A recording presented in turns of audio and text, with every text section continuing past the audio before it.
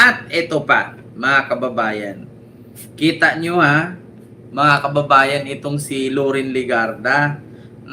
Sinuka na ng kanyang mga alumni. Oo, kasi daw, hindi daw maganda ang ginawa bilang balimbing. Na balimbing kasi wala daw paninindigan, mga kababayan. Kaya sinuka si Loren Legarda ng kanyang mga alumni. Tinanggal pa nga, mga kababayan, yung kanyang women empowered na nakadikit sa pader. Ito ha, mga kababayan. Kung nakakahiya ito, mga kababayan, tinanggal ka bilang sana ba yun? Ito po yun, mga kababayan, pindot, play, go. Matapos ang kudeta at barilan sa Senado, binatikos ng kani-kanilang alumni sina Senate Pro Tempore Loren Legarda at newly installed Senate President Alan Peter Cayetano. Labas daw kasi sa ideology ng kani-kanilang pamantasan ang ginawa ng mga senador.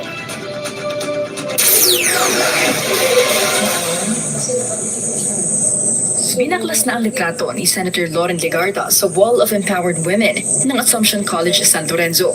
Kaugnay ng partisipasyon ng senadora sa Senate coup noong Lunes, sinabi ng Assumption Student Council na hindi na raw ipinapakita ng kanilang alumna ang values ng kolehiyo na humuhulma sa mga lider na may integridad, social responsibility at conviction. Ang pagpapalit liderato ng Senado just in time nang maiakyat ng Articles of Impeachment laban kay VP Sara ay isang serious concern para sa Assumption dahil maaari daw politically engineered ang kudeta para madelay o maimpluwensyahan ng impeachment. However subtle o procedural, ang enabler daw ng pagharang sa hustisya o impunity ay kabawasan ng tiwala ng publiko at dignidad ng mga institusyon na dapat ay nagsisilbi sa mga Pilipino. Nananawagan ng Assumption sa senadora na klaruhin ang kanyang mga aksyon at patunayang hindi anya misplaced ang tiwala sa kanya. Ayon sa konseho, ang Wall of Empowered Women ay nakareserba para lang sa mga kababaihang isinasabuhay ang karakter ng Assumption College. Wala pang tugon sa Legarda dito.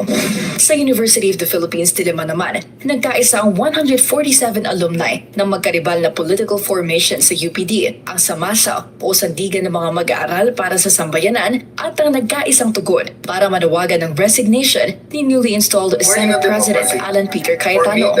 Ang dahilan, hindi raw ideolohiya o politika, kundi pawang kapalpakan umano sa isa sa pinaka-nakakahiyang episodes ng Senado sa kasaysayan nito. Sa ilalim ni Cayetano, voluntaryo raw kinuha ng Senado ang responsibilidad kay Senator Bato de la Rosa at isinailalim sa protective custody. Pero sa kabila nito, nakatakas pa rin daw ang senador, kaya ang umano'y kapalpakang ito nasa kamay ni SP Cayetano.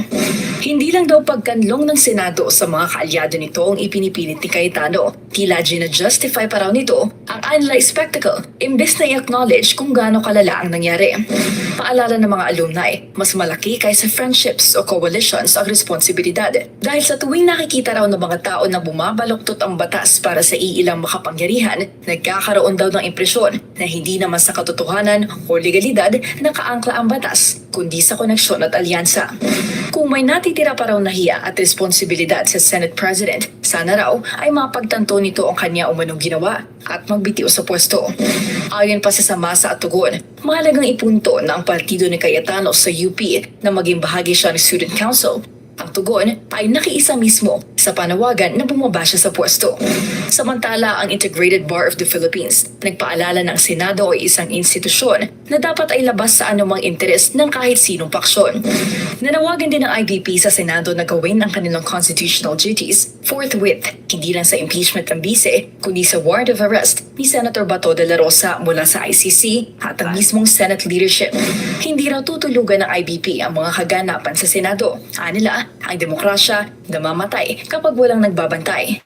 Hindi lang demokrasya, pati ekonomiya ay maaari rin daw maapektuhan ayon sa Philippine Exporters Confederation. Sa isang pahayag, sinabi ng PhilExport na hindi nakakatulong ang political tension ng bansa, lalo na ang mga gulo sa Senado sa competitiveness ng Philippine economy. Dumadagdag daw kasi ang ingay dito sa politika sa external pressures sa investors, kaya nanawagan ng PhilExport na unahin sana ng Pilipinas ang economic agenda nito. Wala pang tugon sa mga punang ito sina SP Cayetano at Senate Pro Tempore Legarda. Diba? Kita niyo, mga kababayan? Tinanggal ang mukha ni Ligarda doon, mga kababayan, sa empowerment, ano ba yan? Fame of Women of Action, no? Sa kanyang alumnus or alumni. Naku, mga kababayan, bakit? Dahil balimbing, no? Kasi mga kababayan, kaya po nawala na ng respeto ang kanyang mga ka-alumni, pati kay Alan Cayetano, mga kababayan, kasi hindi po naninindigan, no, itong si Alan at saka si Loren Ligarda. Kasi nga daw, mga kababayan, itong si Loren, no, kung saan-saan na daw partido dumidikit basta masalba lang ang kanyang pangalan at ang kanyang posisyon bilang senador.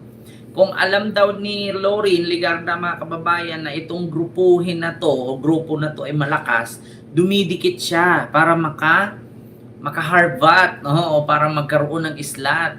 Tapos pagramdam na naman niya na medyo humihina yung grupo na to, lilipat na naman siya sa ibang partido. Nako, kasi nga balimbing. Nako po, mga kababayan, yan ang sinasabi ko eh. Balimbing kasi. Ayan. Sa sobrang balimbing. Pinatikos ng mga student organization sa University of the Philippines College of Media and Communication at Assumption College ang kanilang alumna na si Senator Loren Legarda. Matapos siyang sumapi sa grupo ng bagong Senate Majority na pinamumunuan ngayon ni Senate President Alan Peter Cayetano. Inalis ang larawan ni Legarda sa Wall of Empowered Women kasunod ng panawagan ng Assumption College Student Council na tanggalin ito. Hindi malinaw kung sino ang nagtanggal ng larawan ni Legarda. Anila hindi sang-ayon sa paniniwala ng paaralan ang naging aksyon ni Legarda, lalo't naghahanda na ang Senadong magsilbing impeachment court sa paglilitis ni Vice President Sara Duterte. Naniniwala sila na ang Senate coup ay politically engineered para maantala o impluwensyahan umano ang pagdinig. Ayon naman sa UP Broadcasting Association, nangangahulugan na ang pabago-bagong pakikipag-alyansa ng mga politiko ay para lang maisalba ang kanilang pansariling interes. Anila, salungat sa mga prinsipyo ng isang taga-UP ang paninindigan ngayon ni Legarda. Hinamon nila ang senadora na pagnilayan ang kanyang naging desisyon at tiyaking maging independent ang Senado. Patuloy na sinisikap ng ABS-CBN News na makuha ang panig at reaksyon ni Senador Legarda. Diba? Mga kababayan, huwag kasi maging balimbing. Kung ramdam mong malakas, didikit ka. Pag ramdam mong hihina, aalis ka, lilipat ka naman.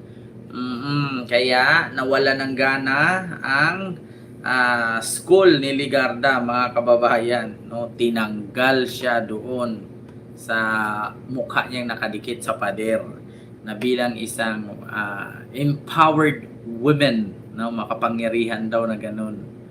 Ay, Diyos ko, mga kababayan.